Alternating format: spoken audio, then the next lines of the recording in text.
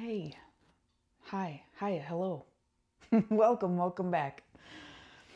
Uh, yeah, I'm Jess. This is my channel, Yoga for the Apocalypse. And I've been thinking about an aspect of our current larger apocalypse happening here on the home front in the US of A, if you happen to be here. And if you also happen to be poor, which millions and millions of people are, then you are aware that as of November 1st, SNAP is over for now, or who knows?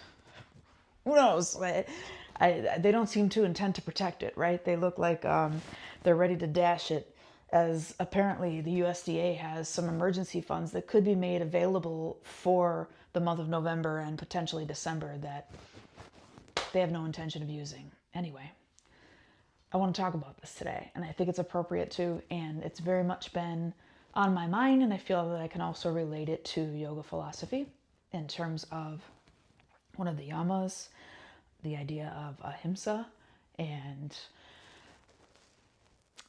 that is all about the concept of unity, the greater picture, and what we all have in common with one another. And when I think about that, I think about the things we all need as human beings, and we all need to be fed. We all need to be fed.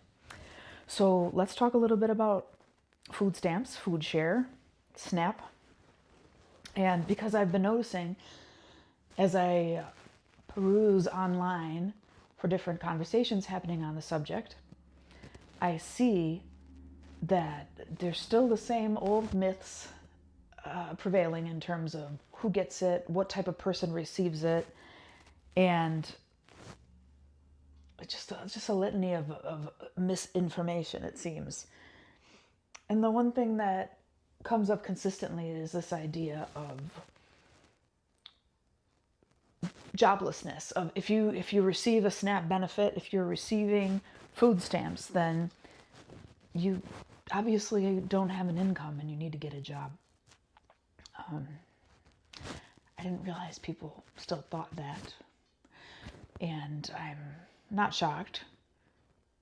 So I was a recipient of SNAP for, I don't know how long, so many years.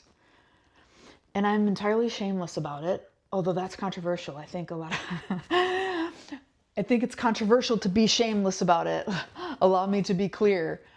The message that I've received over the years is that there is something to be ashamed of when you are relying upon something that you are not entitled to.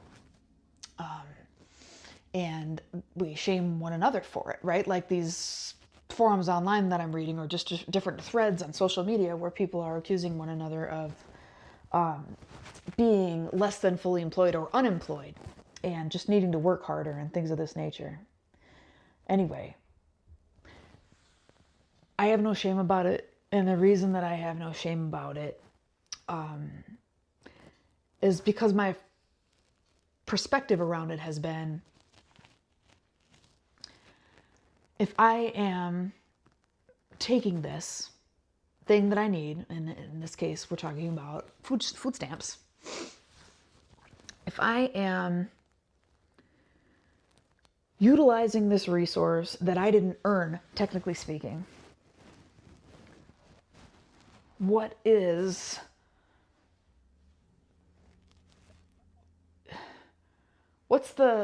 my part of the social contract of receiving that thing? I mean, be perfectly honest, I put that on myself. I'm sure that it could be argued that people should just be fed regardless of what merit they're bringing forward, because the thing is, plenty of people have all kinds of disabilities, both visible and invisible, that prevent them from working at a capacity that would make someone capable of being self-sustaining. And we live in a culture that really seems to worship the idea of individuality and interdependence, not interdependence, excuse me, definitely not interdependence, definitely independence. Anyway, there's so many little tangents I could go off on this, and I don't want to get too bogged down by the minutia, but it's just like, I was on food stamps for probably a decade. During that decade, I was employed the entire time. There wasn't a period of time where I was unemployed, with the exception of a couple of months where I was required as a caregiver full-time. And that was the only time that I wasn't working. So, and I had two children. I have two children, but at the time I was completely responsible for myself and two children. And another thing you hear is, well, don't have children, you can't afford. Don't have children you can't afford. How dare you? First of all, have you ever lived life? Have you ever been a human? Like, obviously, we want to be mindful when we make choices about having children, when to have children, whether or not to have children, who to have children with. I will give you all of that. But, you know, life does happen, and plenty of people have children, married or not married, with the best of intentions about their ability to provide for them. And things happen and you need more support. So, again,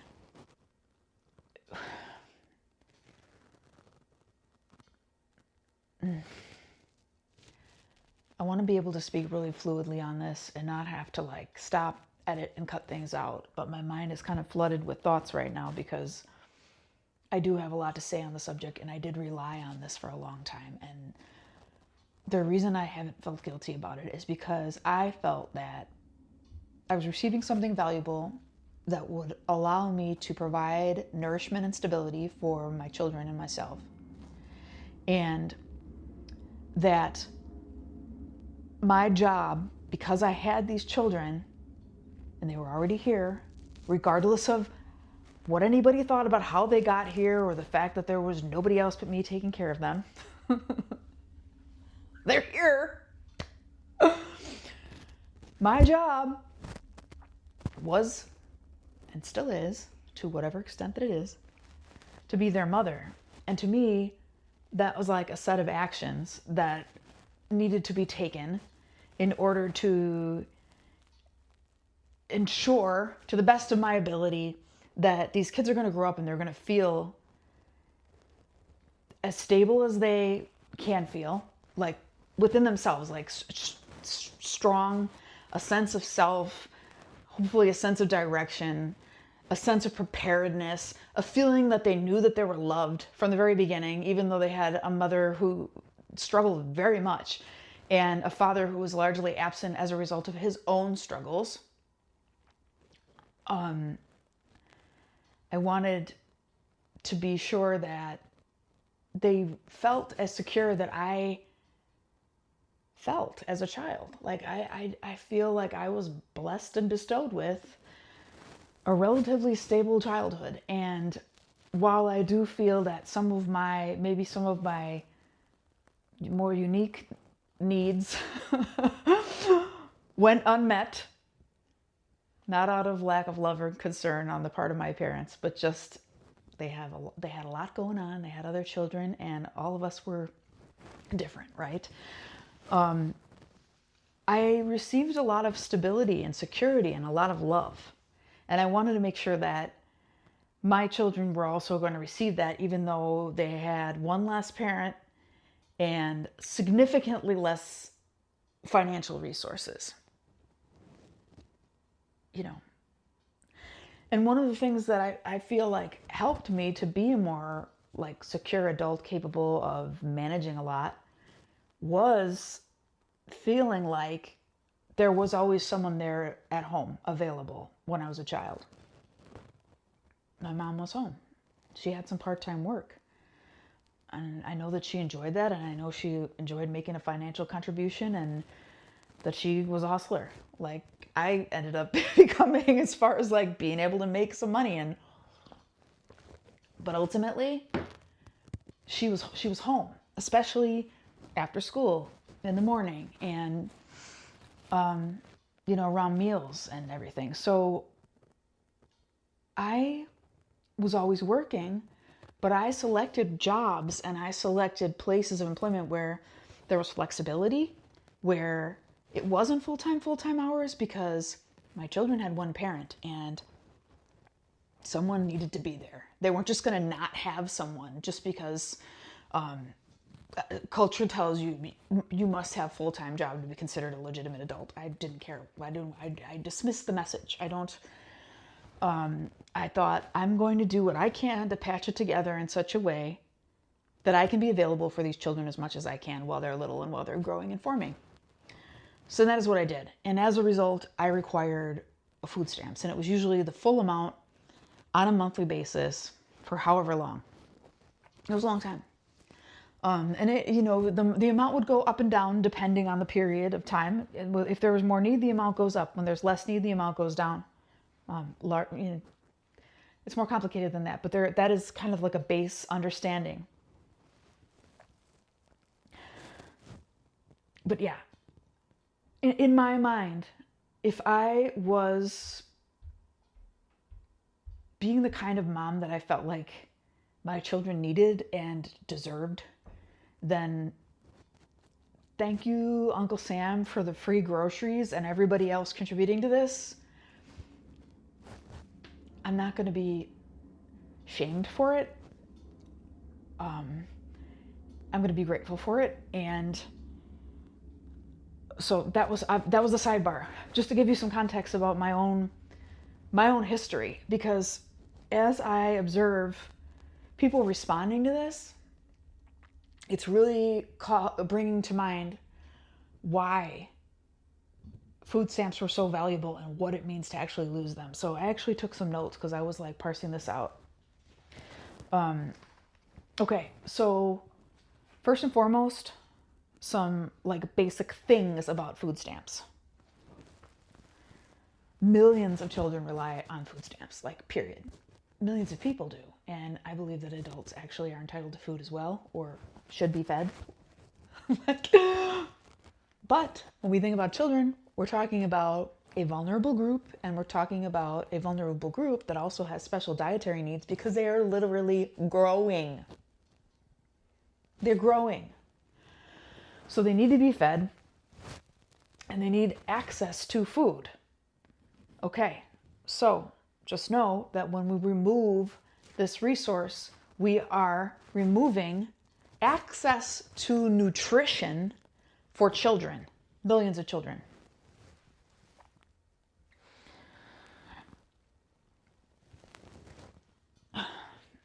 Food stamps is extremely valuable as a resource because for these children, you can only use them on groceries. So if you have an adult, if you're a child who has a parent who has a substance abuse problem, who may end up utilizing other resources, cash and stuff for that. And there's this idea that, if you have, you can't use them for anything else. Like, they're for groceries. Okay? So they usually stay that way. So if you have an adult in the home who has a substance abuse problem, the food stamps are pretty safe. The food stamps are probably going to be used for groceries. They're going to bring food into the home. That creates a sense of food security for children who have an additional layer and level of vulnerability because they have a parent with a substance abuse problem. Another benefit of food stamps. food stamps let you choose what you need. So you go to the grocery store, it's different than if you go to a pantry. When you go to a pantry, you're being shown some options and your choices are limited and your time is limited. And you've got to just kind of pick, like shelf A, shelf B, shelf C. What do you need from here? You can pick 2 items from here, 2 from here, 3 from here, right? You got to think fast, tune in, do your best. If you have people in the house with dietary needs, maybe somebody has a serious gluten intolerance. People have food allergies. People have cultural needs in terms of food, like what they can eat and what they cannot eat. People have diabetes.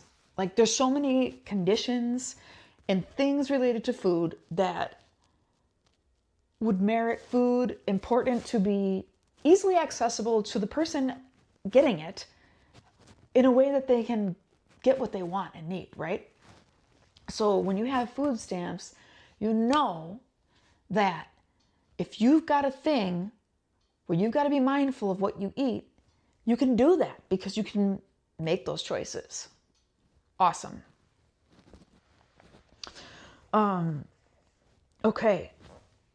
Up until now, food stamps have been incredibly reliable. So reliable. Now, I don't know what percentage of single parents are currently on food stamps, but when you are the one that is responsible for everything, when you're responsible for like the emotional well-being of the children and that care, when you're responsible for producing the income as well, all of these just like heavy responsibilities, and you are used to doing it on your own, and especially if you're in some sort of like service work where your income is somewhat unreliable. Like for me, I was a waitress and a bartender for a really long time. So I would have good seasons where there'd be more money than others, or even good nights, good mornings. I worked a lot of times at a breakfast cafe. And so the income was never super reliable. But food stamps were reliable. Like it was like, okay, first of the month, boom, this is what we're getting. We're getting this amount of money. So in your mind, you can plan. You can think, okay, I have 2 weeks and whatever the contents of the fridge right now need to stretch till then, right? But you always know this is coming. This is coming. When I get this, this is what the plan is. It was reliable. Years, decades. Consistency. Even during government shutdowns, it happened. It worked out. So they have trained us to rely on that, to know that, okay, if I lose my job, if I lose childcare, if I, whatever the set of circumstances that could be that would put you in a crisis, you could always rely on that particular benefit. I know. So food stamps, SNAP stands for Supplementary Nutritional Assistance Program. So the idea is that the money that you get on your EBT card, that is just part of what you would normally spend on groceries. I don't know whose idea that is, but I do know from experience and from being around people on food stamps for years that most of the time, food stamp money was all that you were going to get and spend on groceries per month. And if you ever mention that to like a caseworker or something, they would tell you that this is supposed to be a supplement. Supposed to be. Well, supposed to be doesn't account for reality, apparently, because there were all kinds of other bills to pay and the kids had all kinds of different other needs. So that is what I had. So we think about that in the context of what's about to happen, understand that millions of people are relying on something that has been to be relied upon for decades, that is now going to be completely gone, like gone. And it was and is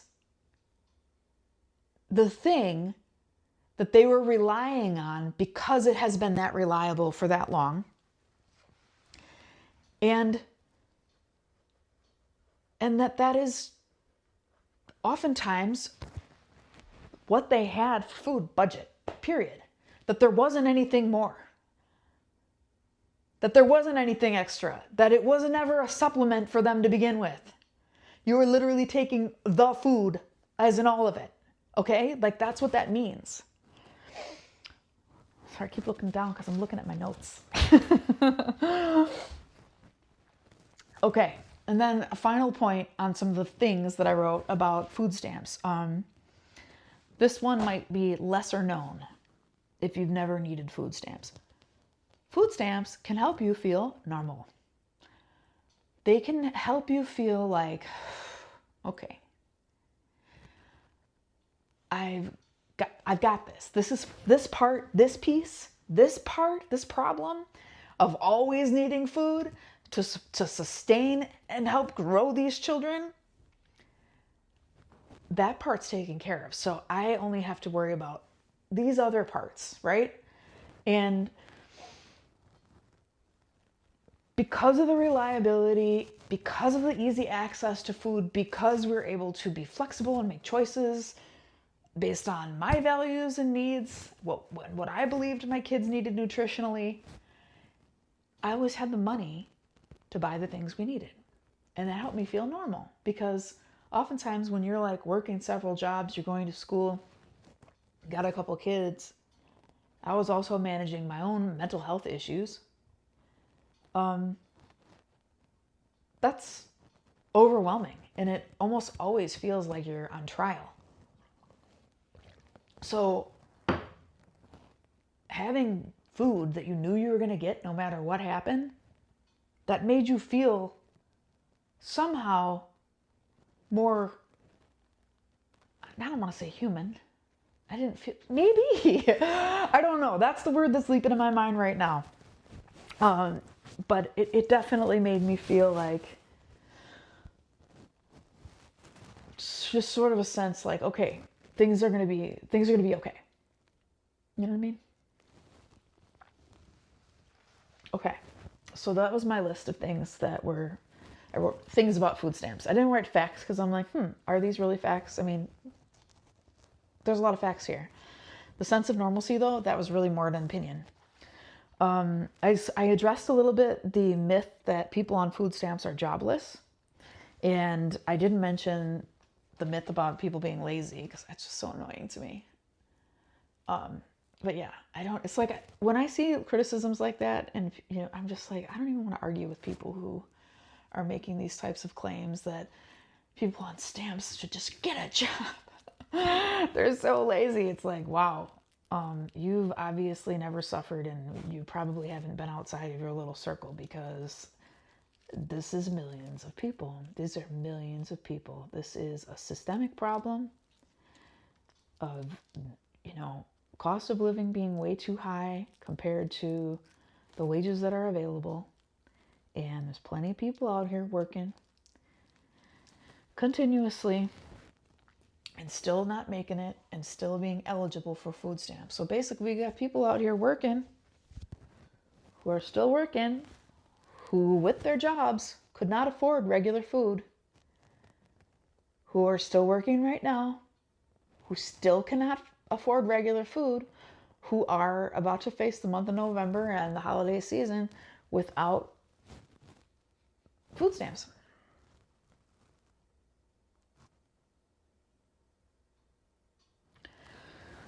Okay, was there anything else? I gotta bring it back to the beginning, to Ahimsa at some point. And now I can't remember if I mentioned Ahimsa in the beginning of this video or one of my other starts. I had some false starts before I made this video. Like when I get started, if I first look at the camera and I get a little shock, like a little bit of fear in my face, I'm like, oh, delete it, go back. Yeah. And whatever. Okay, let me look back at my list and I'll wrap it up here because everyone's time is precious and valuable. Okay. here's the thing.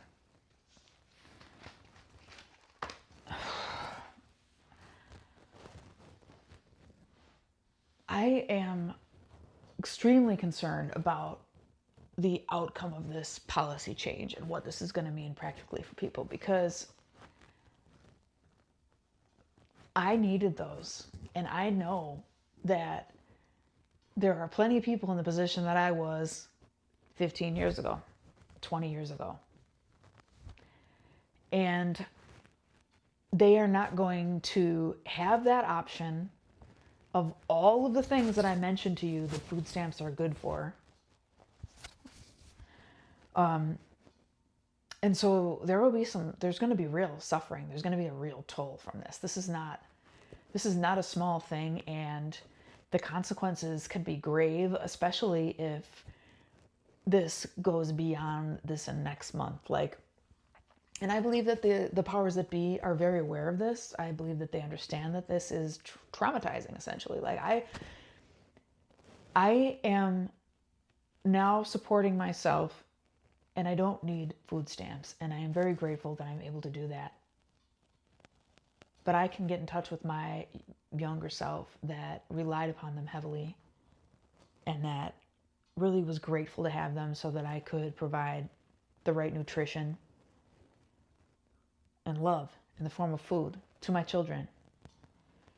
And I can barely think about this right now. I can't even, every headline I read about the food stamp thing, I'm just like, oh my God, this is devastating for people. I would be devastated by this. And then I think, well, what would I have done?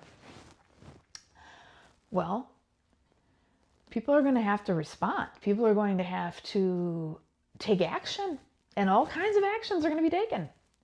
And some people are not going to have the capacity, the ability, or the time, for whatever various reasons, legitimate reasons, to go work harder and earn more and all the things that people are going to be told to do. So, and all these kids,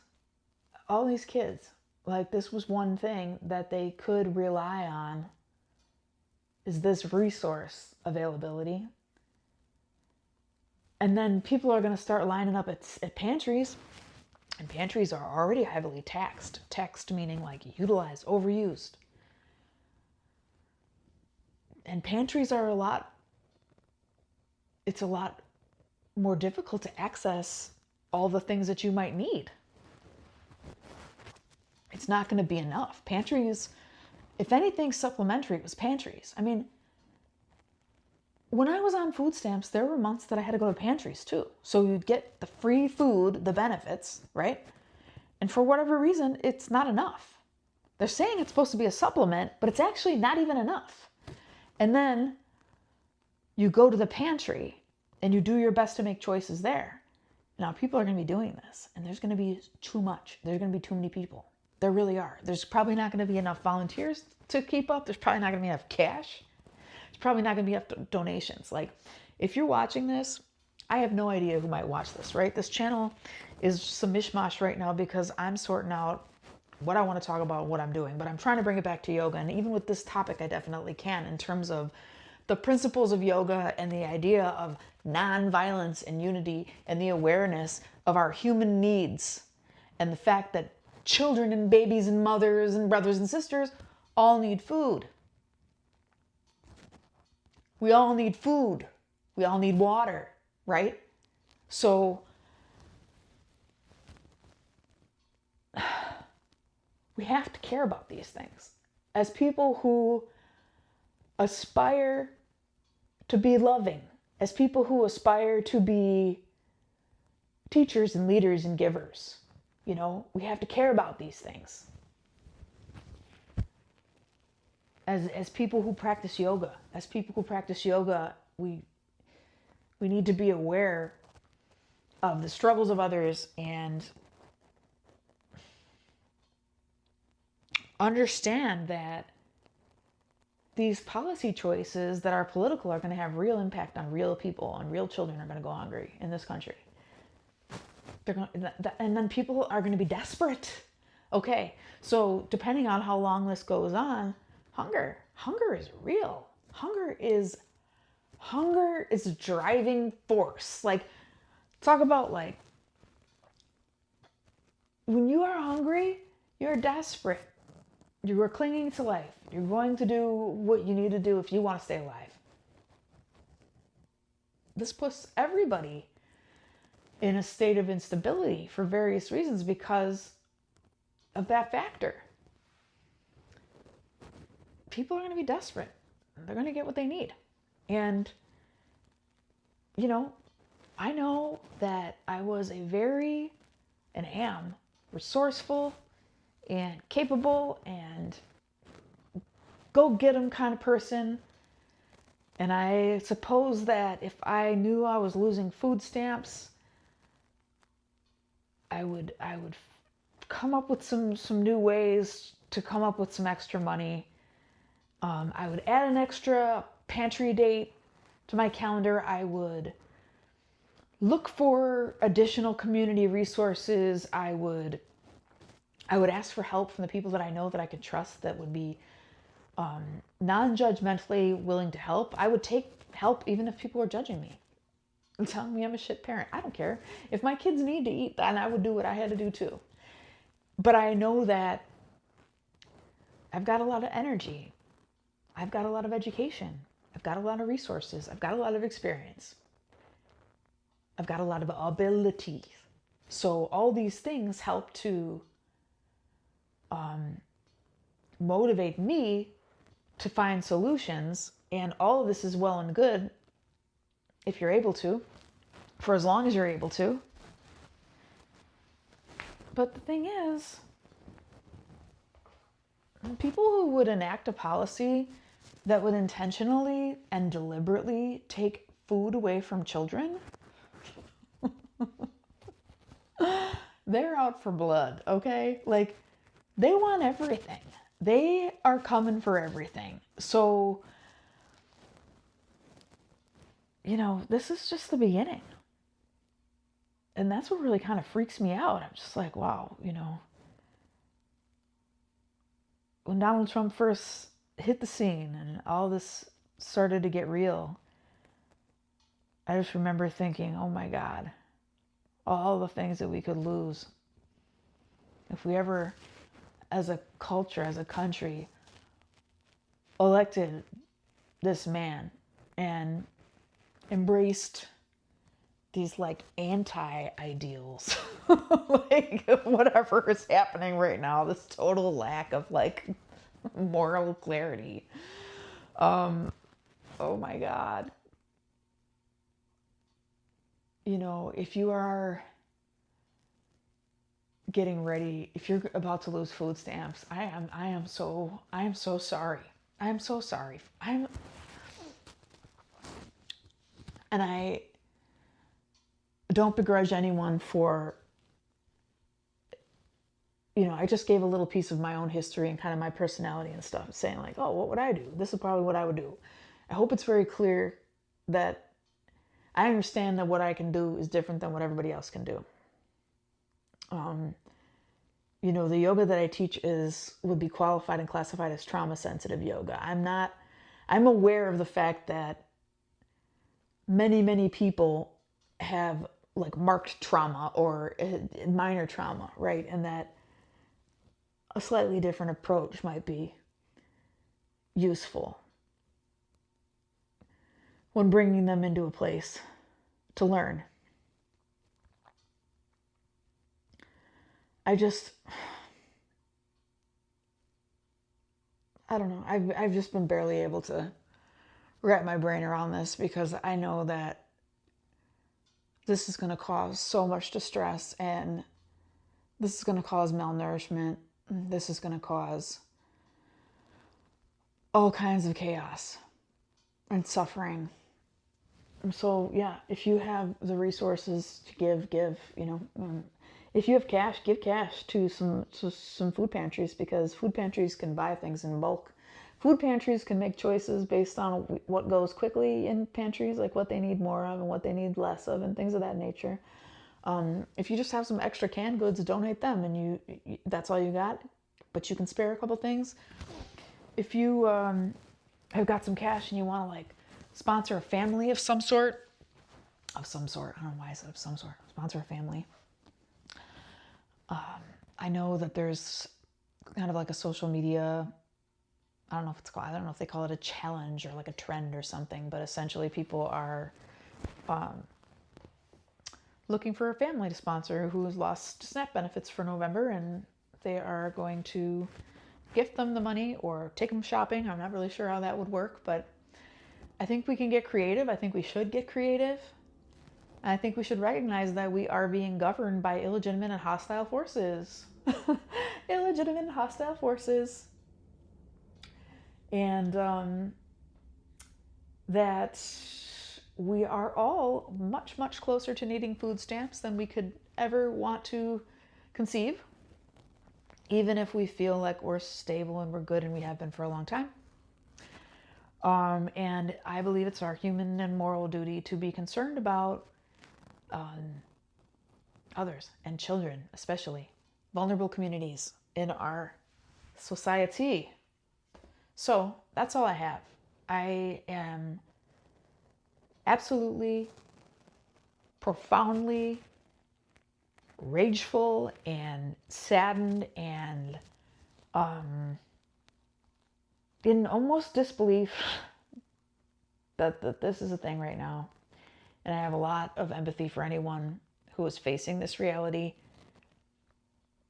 I hope that just by providing a little bit of backstory on myself, that was helpful. Yeah, I appreciate your time. I know this was like a longer video. I have a lot to say. I still have more to say. I could still go on because the experience of being on food stamps for years was